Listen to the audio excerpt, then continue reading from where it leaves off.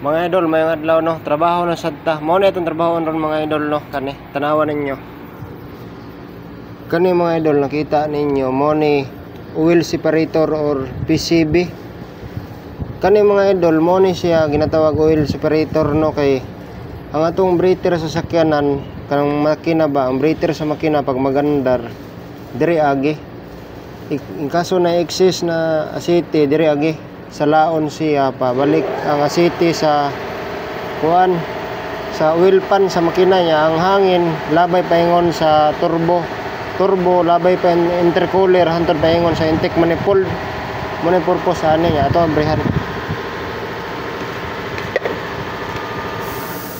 Kani nakita niyo mga idol, kaning filter pagbarado na ni nay posibilidad ang atong gauge sa makina sa gauge stick, ang pressure sa hangin o ang asite mo backfire dito maagi mo kusog ang pressure sa hangin niya, ang asite mo talsik tungod kay barado na ning iyahang oil filter.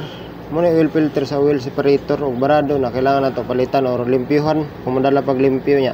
Kani naman ni si kuan check valve dito sa ubos na po ni check valve mo ni mga idol no.